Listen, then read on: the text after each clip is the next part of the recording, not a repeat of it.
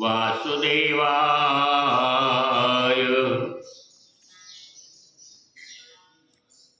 सद्गुरु गंगागिरी महाराज, ब्रह्मलीन नारायणगिरीजी महाराज आणि ब्रह्मलीन दत्ताबुवा खानविलकर महाराज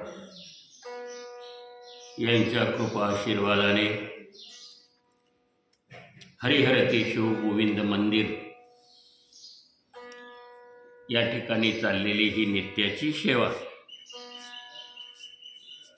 श्रावण मासानिमित्त सकाळची सेवा आपण या ठिकाणी भगवंताच्या चरणी अर्पण करत आहोत. सकाळी आपण 12वा अध्याय घेतलेला आहे, संध्याकाळच्या सेवेसाठी आपण 15वा अध्याय घेतलेला आहे आणि रोज एक श्लोक आणि त्या श्लोकावरती भगवंताने अर्जुनाला उपदेश केला. पण ते ज्ञान ज्ञानेश्वर माऊलींनी भगवंताने काय सांगितलं अर्जुनाला हे आपल्यापर्यंत पोहोचवण्याचं काम जे कोणी केलं असेल तर माऊली ज्ञानेश्वर यांनी केलेलं आहे.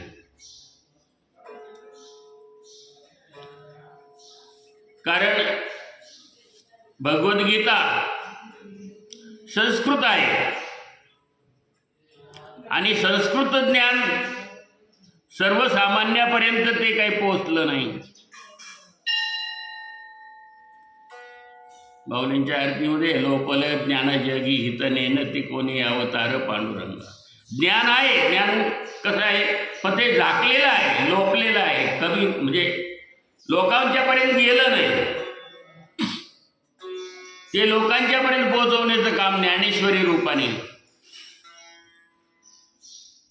माऊली ज्ञानेश्वरांनी अवतार पांडुरंगा असं म्हटलंय. पांडुरंगाचाच अवतार ज्ञानेश्वर माऊली आहेत आणि त्या रूपाने त्याने ते ज्ञान आपल्यापर्यंत पोहोचवण्याचं काम केलेलं आहे. अत्यंत सोज्वळ अशा भाषेमध्ये, सर्वसामान्य माणसाला समजेल अशा भाषेमध्ये माऊलींनी ते अमृत, नाथ महाराजांनी त्याला अमृत म्हटले की ज्यांच्या मुखातून ते निघालं आणि सच्चिदानंद बाबाने ते जे अमृत आहे ते लिहिण्याचं काम केलं. भगवद्गीता जी आहे ती भगवद्गीता भगवंताने अर्जुनाला सांगितली, पण लिहिण्याचं काम कोणी केलं? व्यासांनी. ओम प्रार्थाय प्रतिभूताम भगवताम नारायणेन स्वयं व्यासेन कृतिताम पुराण मणिनाम मध्ये महाभारतम अद्वैतम अमृतवर्षिणीम भगवती अष्टादशाध्यायिनीम अमत्वा मनुसंधामि भगवद्गीते भगवद्वेषीम नमोस्तुते व्यास विशाल बुद्धे फुल्लार विंदा यतपत्र नेत्र. म्हणून व्यासाला नमस्कार आहे. नमोस्तुते व्यास विशाल बुद्धे. व्यासासारखे विशाल बुद्धी कोणाची नाही. म्हणून व्यास सर्वांचे गुरु आहे. म्हणून व्यास पौर्णिमेला, गुरुपौर्णिमेला व्यासांची पूजा केली जाते.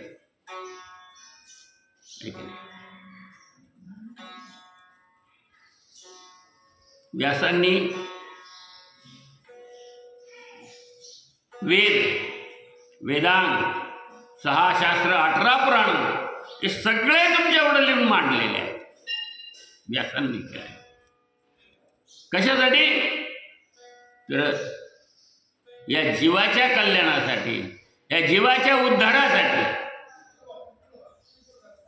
उद्धराय जन जड जीव असं म्हटलंय. तसा जीव जड नाही, देह जड आहे. पण त्याला जड जीवात म्हणजे जड जीवाला उद्धार करण्यासाठी जनाचा उद्धार करण्यासाठी ते ज्ञान माऊलींनी या ठिकाणी प्रगट केलेलं आहे की भगवंताने अर्जुनाला काय सांगितलंय, तेषामहं समुद्धर्ता,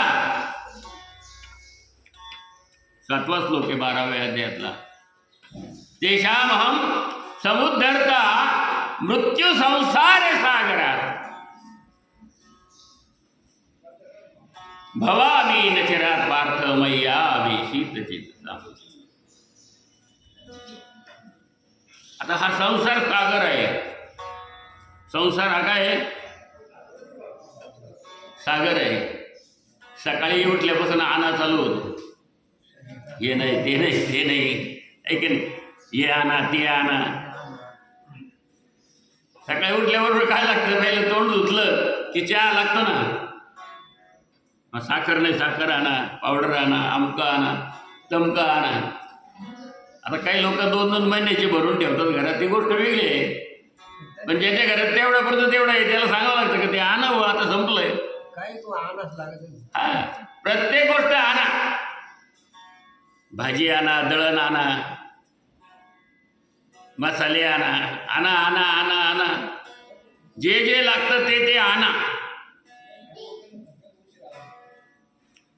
ते आणा काही शेवटपर्यंत संपत नाही. गेल्यावर बी आणा म्हणावं लागतं. जा म्हणते ते घेऊन या, गेले आता, ऐक तर गेल्यावर आणा संपत नाही. मग ती व्यवस्था करतात लोक.